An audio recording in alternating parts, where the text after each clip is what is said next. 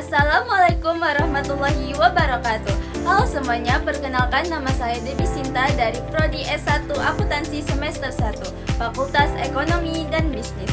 Beradanya saya di sini, saya akan menjelaskan tentang daftar akun yang ada di PT Kebayoran.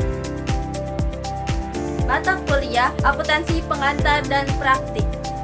Mungkin saya akan menjelaskan beberapa akun yang ada di PT Kebayoran. Yuk, simak videonya. Aset. Apa sih aset itu? Aset adalah sumber daya ekonomi yang dimiliki dan dikendalikan oleh perusahaan yang diharapkan memberi manfaat ekonomi di masa depan. Kenapa aset disebut sumber daya ekonomi? Karena aset memiliki nilai ekonomi yang jelas, dikuasai oleh suatu entitas individu atau perusahaan yang berpotensi mengalihkan manfaat atau pendapatan di masa depan. Aset kebagi menjadi dua bagian, yaitu yang pertama aset lancar dan yang kedua aset tetap. 1.1 Aset lancar.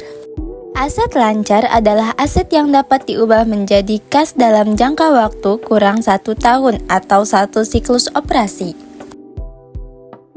Kenapa ya disebut dengan aset lancar?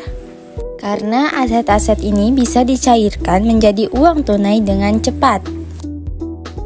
Di dalam aset lancar juga terdiri 6 akun. Di antaranya ada 1.1.1 Kas dan setara kas. Kas dan setara kas adalah aset yang sangat liquid dalam neraca perusahaan. Kas merupakan uang tunai dan simpanan giro, sedangkan setara kas investasi jangka pendek yang mudah diubah menjadi kas. Kenapa kas dan setara kas sangat liquid? Karena aset ini bisa dengan cepat dan mudah diubah menjadi uang tunai untuk digunakan tanpa kehilangan nilai yang penting. 1.1.2 Piutang usaha. Piutang usaha adalah perusahaan untuk menagih atau menerima pembayaran dari pelanggan atas barang atau jasa yang telah diberikan secara kredit. Kenapa piutang usaha termasuk aset lancar? Karena piutang usaha dianggap sebagai aset lancar karena diharapkan dapat ditagih dalam waktu singkat, biasanya dalam waktu 1 tahun. 1.1.3 Piutang lain-lain. Piutang lain-lain adalah tagihan yang tidak berasal dari kegiatan operasional utama perusahaan, seperti penjualan kredit, barang, atau jasa. Kenapa piutang lain-lain muncul? Karena adanya tagihan perusahaan kepada pihak lain yang tidak berasal dari transaksi penjualan atau jasa secara kredit. Contohnya tuh kayak karyawan meminjam uang perusahaan. 1.1.4 Persediaan. Persediaan adalah barang atau bahan yang disimpan untuk dijual atau digunakan dalam proses produksi. Kenapa persediaan harus disimpan? Karena untuk memenuhi permintaan pelanggan, menjaga kelancaran produksi, dan mengantisipasi lonjakan permintaan barang tidak terduga. 1.1.5 Pajak dibayar di muka.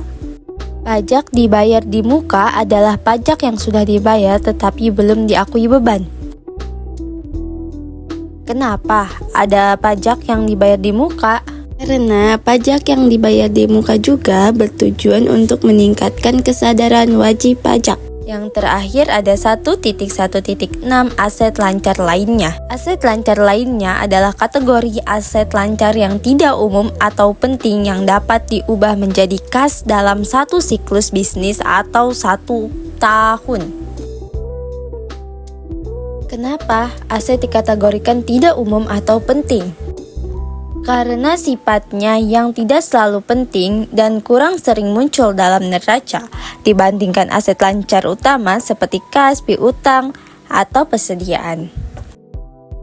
1.2 Aset tetap atau aset tidak lancar. Aset tetap adalah aset berwujud yang memiliki masa manfaat lebih dari 1 tahun yang digunakan operasional perusahaan, bukan untuk dijual. Kenapa aset tetap itu penting? karena membantu bisnis beroperasi dan menghasilkan pendapatan. Di dalam aset tetap juga terdiri dari 3 akun, diantaranya ada 1.2.1 peralatan. Peralatan adalah barang berwujud untuk kegiatan operasional dengan masa dan manfaat lebih dari 1 tahun. Kenapa disebut aset tetap? Karena digunakan jangka panjang untuk mendukung operasional. 1.2.2 Pajak hak guna. Pajak hak guna dapat merujuk pada bea perolehan hak tanah dan bangunan, dikenakan saat terjadi perolehan hak atas tanah dan bangunan termasuk hak guna bangunan, pajak yang dibayar oleh pembeli. Kenapa tanah hak milik yang dibeli oleh PT statusnya menjadi HBG? Karena Undang-Undang Pokok Agraria tidak memperoleh badan usaha yang berbentuk badan hukum memang hak memiliki atas tanah kecuali untuk badan umum yang ditetapkan.